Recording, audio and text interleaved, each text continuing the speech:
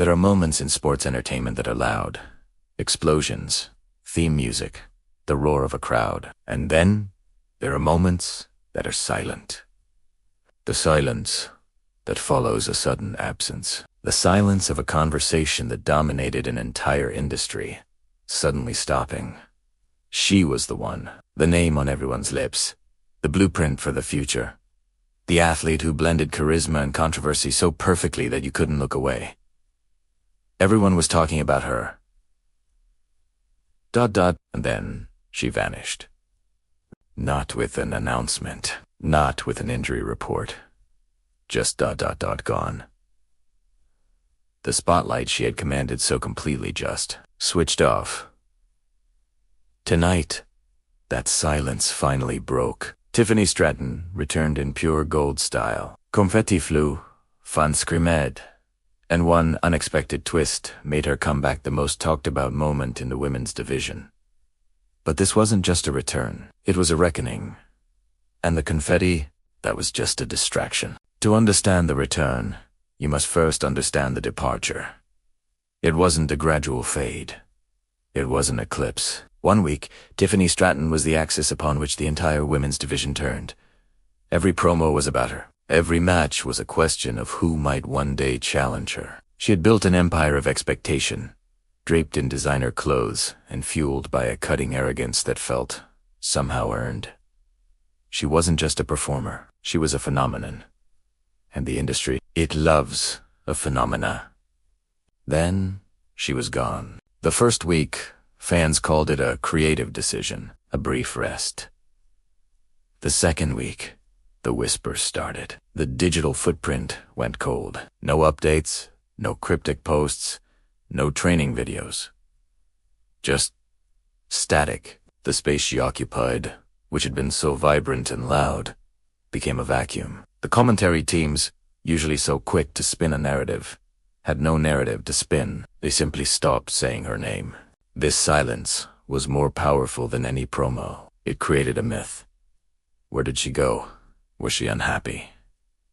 Was she defiant? The ambiguity was terrifying for the company and fascinating for the audience. The machine had lost its shiniest cog, and for the first time in a long time, the machine didn't know why. The pedestal sat empty, collecting dust under a ghost light, a reminder of a story that had stopped mid. The show, as it always does, went on. You can't stop a multi-million-dollar production just because one star disappears. The company did what it always does. It tried to build the next one. They pushed other talents into the main event. They created new rivalries. They booked spectacular matches, and to their credit, many of those talents were brilliant. They fought, they bled, they cut promos that shook the rafters, but they had a problem. They weren't her. Every time a new champion was crowned, the online chatter was immediate. But could she beat Tiffany? Every time a new star delivered a great line, the comparison was made. It's good, but it's not that good. Tiffany Stratton, in her absence, had become more powerful than she ever was in her presence. She was no longer just a wrestler. She was a benchmark, a ghost that haunted the entire division. Backstage, the tension was different. It wasn't just about the fans.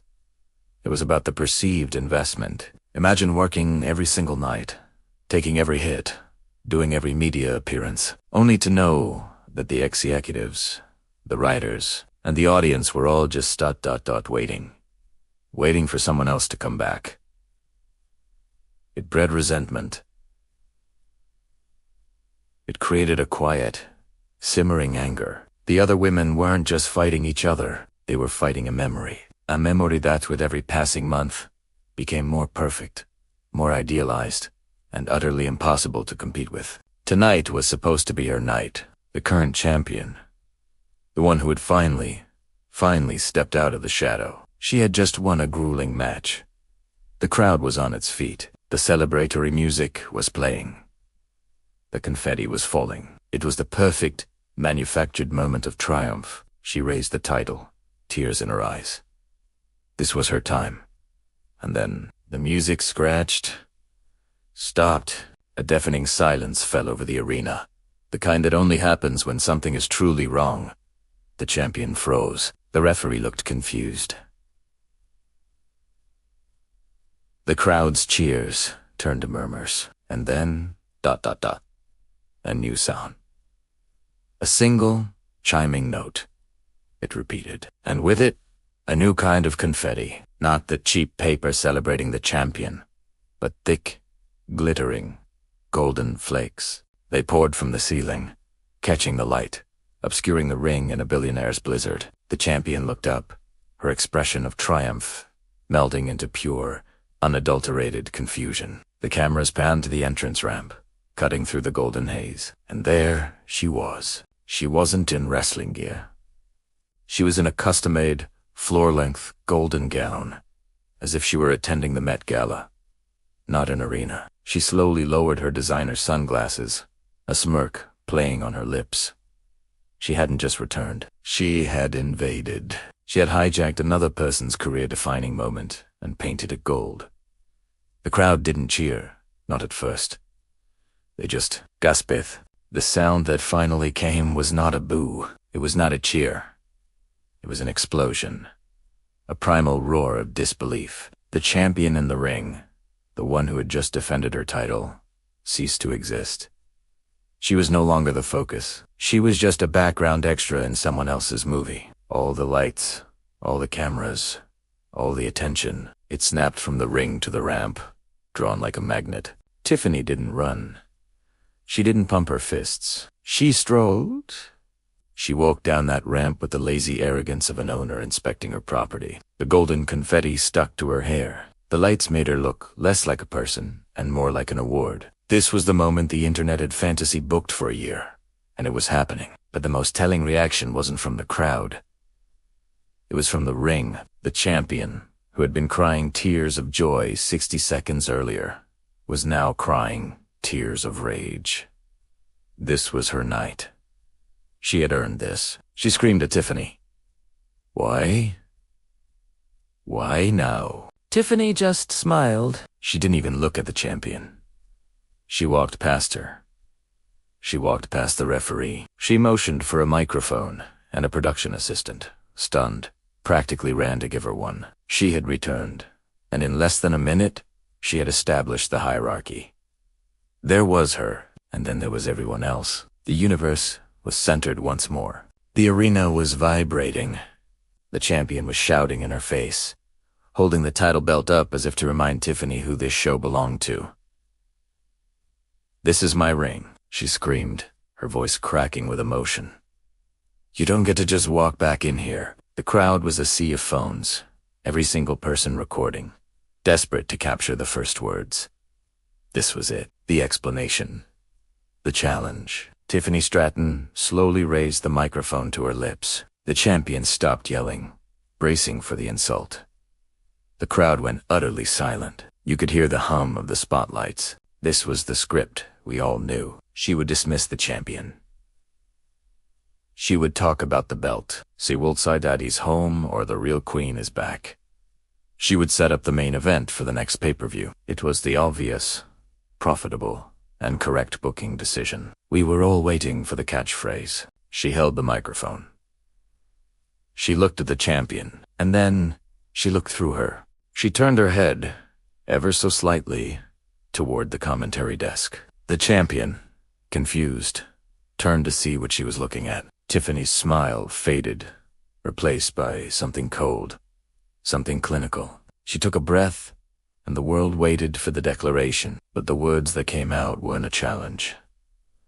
They weren't a catchphrase. It was just one word. A name. The name of the lead announcer. The entire building processed the name. What? The champion's face was a mask of confusion. Why him? The announcer in question, a beloved veteran of the company, looked up from his notes, his professional smile frozen in place. He thought it was part of the show, a simple call-out. He pointed at himself, as if to say, "Me." Tiffany didn't say another word. She dropped the microphone. The thud echoed in the silent arena. Then she walked out of the ring, her golden dress trailing behind her. The champion was left alone, holding her title, completely irrelevant. Tiffany walked directly to the commentary table. She didn't rush. She didn't look angry. She looked ... determined. She stood in front of the desk. The announcer, realizing this was no longer a joke, stood up. "Tiffany, welcome back, but I don't know what ... She didn't let him finish. In one fluid motion, she grabbed him by his tie, pulled him over the desk, and slapped him so hard the headset flew off his head. The arena exploded. This wasn't a story. This wasn't a feud. This was chaos. Security sprinted from the backstage area, but she was already on him. A blur of gold and fury. She wasn't attacking a rival. She was attacking the voice of the show. The champion was forgotten. The return was forgotten. This was the unexpected twist. This was the moment that shocked everyone. The show crashed to a commercial. When it came back, the commentary desk was in disarray. The other two announcers were trying to regain their composure, to talk about the match that had happened, but it was useless. The air had been sucked out of the building. The rest of the show ... It didn't matter. No one remembers who won the next match. No one remembers the main event. The only thing that mattered was the question. Why him? The media fallout was instantaneous. This wasn't a clean, marketable comeback. This was a mess. Pundits weren't asking, when will she be champion? They were asking, will she be arrested? Will she be fired? The company's social media, which had prepared celebratory she's-back graphics, had nothing to post. They were silent. Tiffany hadn't just interrupted a celebration. She had interrupted the entire corporate narrative. The champion, the supposed star of the show, was an afterthought. The headlines weren't champion retains. They were chaos-ass Stratton attacks announcer. In one single calculated act of violence, she had made herself the only story. She had rendered the championship, the very thing everyone assumed she was back for, completely meaningless. She didn't need a title to be the main event. She was the main event. The company, the media, the fans, they were no longer in control of the story. She was, and nobody knew where it was going next. The reaction online was chaos, but the reaction backstage was a fracture. The locker room was immediately and violently divided. You have to understand, the hierarchy backstage is fragile. There is a code: you don't touch the non-wrestler. You don't jeopardize the show. One faction was furious. These were the veterans, the company loyalists. They saw a rookie, drunk on her own hype, who had crossed a sacred line. She had been unprofessional. She had physically assaulted a coworker. She had spat in the face of the business that built her. They wanted her gone. Fined. Suspended, but another faction, a younger, more cynical group, was silent. And in their silence, there was a quiet, dangerous admiration. She had done what none of them had the nerve to do. She had broken the rules and, in doing so, had become more famous in 10 seconds than they had in 10 years. She had exposed the system as a game, and she had just flipped the board over. And what about the champion? She was the most tragic figure. She sat in the locker room, her title belt in her lap, the paper confetti still in her hair, surrounded by the golden flakes that had ruined her moment. She had done everything right. And it didn't matter. And the announcer, he just sat in the trainer's room, holding an ice pack to his face, utterly bewildered, the collateral damage of a war he didn't even know he was fighting. We, as an audience, demand so much. We want characters, but we want them to be real. We want dominance, but we want humility. When Tiffany Stratton first arrived, she was perfect. The look, the attitude, the Buffy persona, the center of the universe. It was a brilliant character, but it was just that.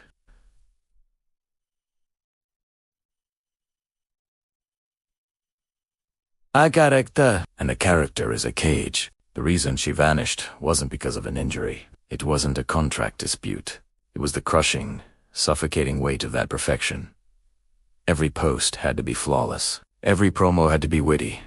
Every match had to be better than the last. The character she had created had eaten the person behind it. The audience didn't want Tiffany. They wanted the idea of Tiffany. So she walked away. She walked away from the money, the fame, and the spotlight, just to be able to breathe again, to escape the echo chamber of expectations. Her disappearance wasn't an act of defiance. It was an act of survival. But in that silence, she realized something. The machine would never let her change. The audience would never let her be human. If she came back, they would demand the same golden girl she was before. They would demand the same catchphrases, the same attitude, the same perfection. And if she was going to come back, she was going to come back on her own terms. She had to do something so shocking, it would shatter the old character forever. This is the part of the story we miss. We saw the comeback. We saw the pure gold style. We saw the shocking attack, but we were watching the wrong thing. The return, the golden dress, the confetti, the sunglasses, ... That was the lie. She gave the audience exactly what they wanted. She presented the perfect, shiny, manufactured character they had been begging for. She let them cheer for the idea of her. And then she destroyed it. The attack on the announcer wasn't random. It was symbolic. He wasn't just an announcer. He was the voice, the one who told the audience who she was, the one who reinforced the center of the universe persona every single week. By attacking him, she wasn't attacking a man. She was attacking the narrative. She was silencing the voice that kept her trapped in the golden cage. The twist wasn't the attack. The twist is that the Tiffany Stratton everyone thought had returned doesn't exist anymore. She's gone. The golden confetti was a funeral. She had to become the monster everyone whispered about, just to finally be free. She shocked everyone, not by returning, but by showing them that the person they were waiting for was never coming back.